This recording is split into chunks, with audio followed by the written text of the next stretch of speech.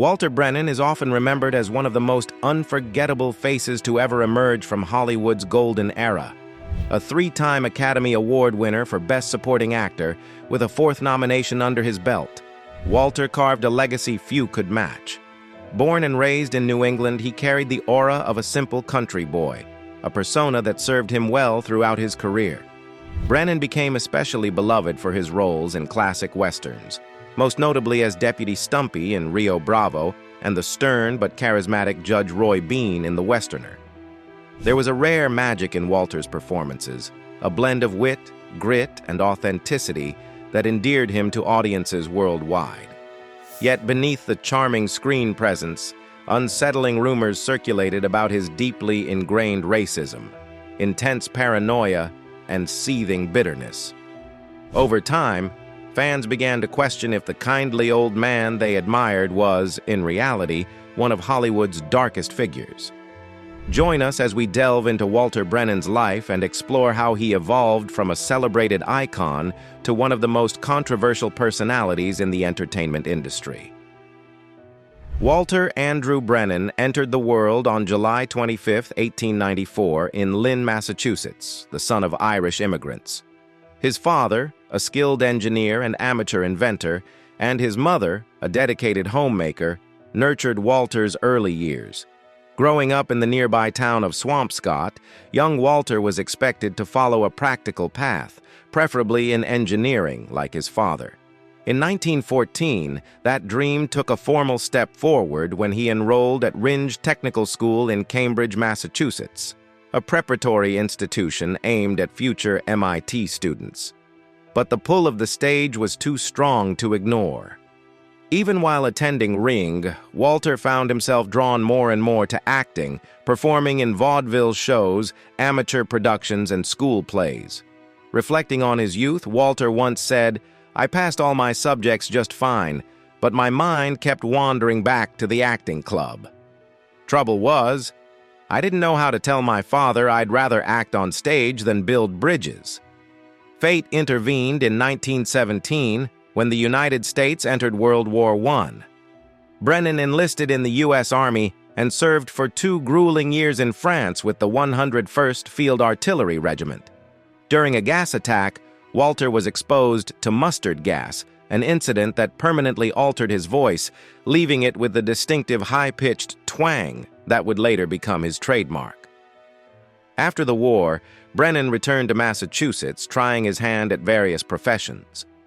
He worked as a financial reporter, a lumberjack, a ditch digger, and even a bank messenger. Eventually, he found surprising success in real estate, making a small fortune, only to lose it all in the 1925 property crash. Facing financial ruin, he contemplated moving to Guatemala to start anew as a pineapple farmer. However, a friend's casual suggestion changed the course of his life. Why not head to Los Angeles and work as a film extra? With encouragement from his fiancée, Ruth Wells, Walter took the leap. Despite disapproval from both families, particularly Ruth's father, who staunchly opposed the marriage, the young couple wed and set off for California. Their journey westward was an adventure in itself. Traveling in a battered touring car, they battled fierce rainstorms, a half-broken roof, and winds so strong they tore off the car's top.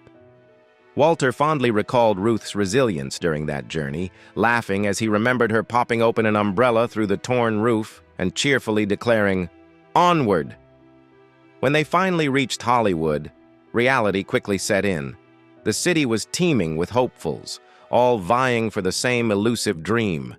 Brennan wasted no time, lining up outside casting offices day after day, willing to take anything he could get. It was during this struggling period that he met another future star, Gary Cooper, who, like Walter, was hustling for a break.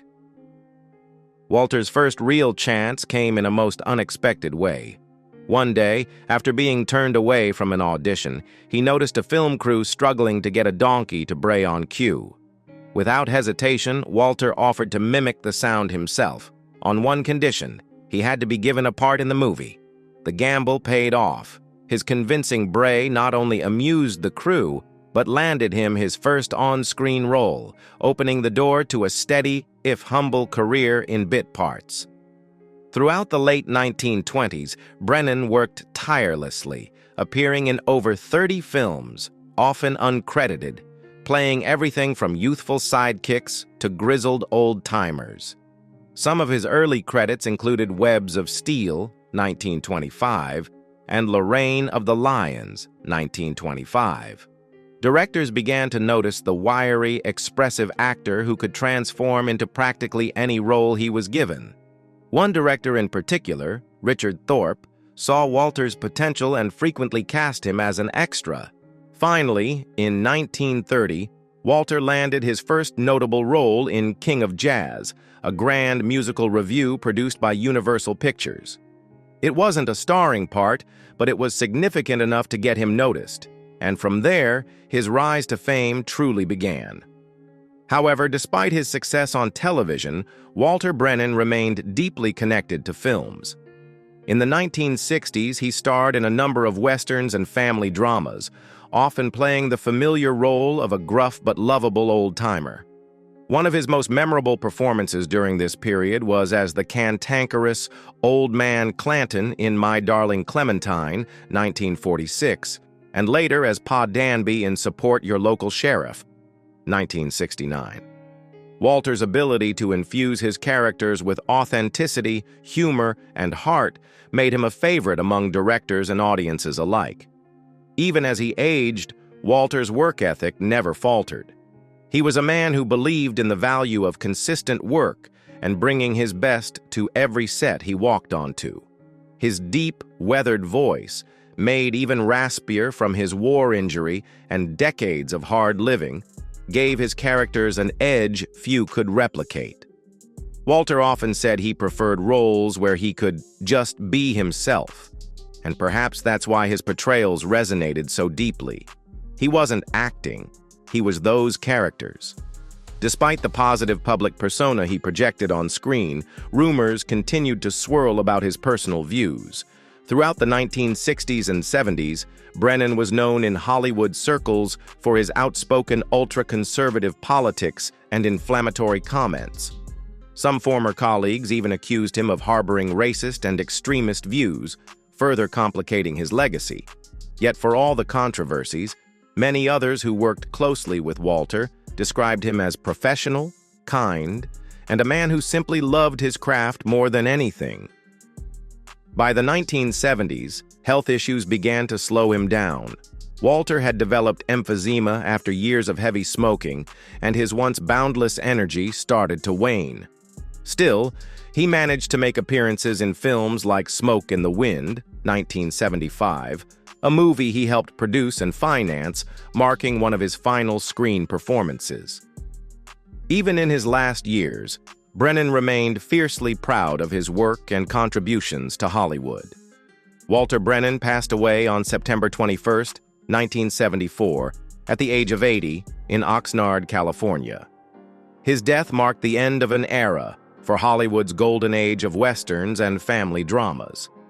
He left behind a complicated but undeniable legacy: 3 Academy Awards, dozens of unforgettable performances, and a persona that became emblematic of a certain rugged American spirit. Even today, fans remember Walter Brennan for his uncanny ability to steal scenes, whether he was playing a grizzled cowboy, a wise grandfather, or a wily outlaw. His impact on Hollywood remains unquestioned, even as debates about his personal character continue to color his memory. In the end, Walter Brennan was a man of many faces, some beloved, some controversial, but always, always unforgettable. Although Walter Brennan's career remained strong into the 1970s, his personal reputation among many in Hollywood became increasingly controversial. Behind the scenes, Brennan was known for expressing views that were seen as staunchly conservative and, by modern standards, deeply problematic. Throughout his later years, several anecdotes and testimonials painted a picture of a man whose values clashed with the changing tides of America. For example, Walter was openly critical of the civil rights movement, Some former colleagues alleged that he often made inflammatory remarks on set, voicing distrust and disdain for the push toward racial equality. According to various reports, Brennan feared that traditional American values were being dismantled, and he believed that the social changes of the 1960s and 70s were dangerous. It's said that he went as far as expressing paranoid concerns about communists infiltrating the film industry and corrupting the nation's youth. Furthermore, Brennan reportedly praised the John Burch Society, a far-right organization known for promoting conspiracy theories during the Cold War era. Though he never publicly aligned himself with any group in an official capacity, his private conversations and occasional public comments left little doubt about where his sympathies lay. Several actors and crew members who worked with him later recounted that he would sometimes refuse to interact with people based on race or political beliefs. While fans continued to admire his warm, often humorous portrayals on screen, those who knew him personally often had a much more complex view of the man. In public, he maintained the image of a kindly old cowboy or grandfather figure. In private, he was a man deeply skeptical of the societal changes sweeping America. Still, it's important to understand Brennan within the context of his time. He was a product of an older generation, one that saw rapid modernization, social revolutions, and the collapse of many norms he grew up believing were permanent. Right or wrong, Brennan held tightly to those beliefs, even as the world around him changed drastically. Walter Brennan passed away in 1974, leaving behind a long legacy of beloved performances, but also a personal reputation mired in controversy. His life serves as a reminder that history's most familiar faces often have sides that are complicated, uncomfortable, and very human. In the turbulent 1960s, Walter Brennan's true colors began to show in ways that stunned many of his adoring fans. At a time when America was grappling with monumental changes, from the civil rights movement to anti-war protests, Brennan retreated into an increasingly dark and paranoid worldview. He became convinced that these sweeping social movements were not grassroots struggles for justice, but rather sinister plots orchestrated by foreign communist powers aiming to dismantle the American way of life. Shockingly, it was reported that Brennan expressed open glee at the assassination of Martin Luther King Jr., an act that many considered nothing short of monstrous. Celebrating the violent death of another human being, no matter the ideological differences, revealed a cruelty that deeply unsettled even his most loyal admirers. This unmasking was painful. How could the same man who had charmed America as the warm-hearted Grandpa Amos harbor such callousness? In interviews from the period, Brennan didn't hide his disdain for the civil rights protests. He insisted that Black Americans were being stirred up by malicious outside forces and should have been satisfied with the status quo. Even more disturbing, he once suggested that the Watts riots could be solved with the ruthless use of machine guns, a horrifying solution that exposed just how detached from compassion he had become. As these views became public, the image of the kindly old farmer America had embraced started to crumble. Brennan aligned himself with far-right extremist groups like the John Birch Society, a controversial organization known for its extremist views and fierce opposition to civil rights. At a 1965 John Birch Society convention, Brennan used his recognizable Grandpa Amos voice to record several tracks promoting hateful rhetoric, blaming civil rights leaders like Congressman Adam Clayton Powell for plotting communist takeovers. Perhaps most baffling of all was Brennan's increasing paranoia. He began seeing communists everywhere, even among his friends. At one point, he accused John Wayne, a longtime colleague and fellow Hollywood conservative, of being a communist sympathizer. This escalation demonstrated that Brennan's paranoia had evolved beyond simple political disagreement. It became a consuming obsession. Everett Greenbaum, a writer on The Real McCoys, later described Brennan bluntly as a bigot, noting that his racist comments were a regular occurrence behind the scenes. For many, this first-hand account confirmed their worst fears. The gentle patriarch they admired on television was, in reality, a man filled with intolerance and suspicion. Brennan's disdain for progress was not confined to civil rights. He openly celebrated the assassination of Robert F. Kennedy in 1968, cheering the death of a man he believed to be a dangerous communist. It became clear that Brennan's issue wasn't with a particular race or group. He simply hated the idea of change, freedom, and equality. Politically, Brennan's endorsements mirrored his extremist beliefs. He backed Barry Goldwater in 1964, George Wallace in 1968, and John Schmitz in 1972, candidates known for opposing civil rights legislation and promoting segregationist policies.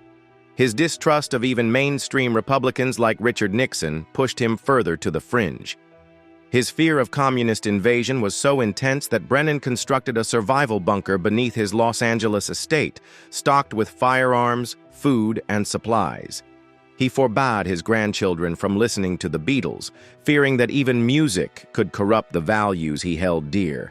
To isolate his family from what he saw as the decay of modern America, he purchased the massive Lightning Creek Ranch in Oregon, building a self-contained community complete with a theater, motel, and store.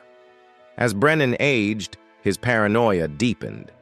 He interrogated co-workers about their political beliefs, delivering lectures to those who admitted voting for Democratic candidates. To him, any deviation from his rigid ideology spelled doom for America. Walter Brennan spent his final years living quietly on his ranch in Moore Park, Ventura County. On September 21, 1974, he passed away from complications related to emphysema at the age of 80. His remains were laid to rest at the San Fernando Mission Cemetery in Los Angeles. Despite his personal failings, Brennan's professional legacy remains remarkable. Over a 50-year career, he appeared in more than 230 films, a feat few of his peers could match.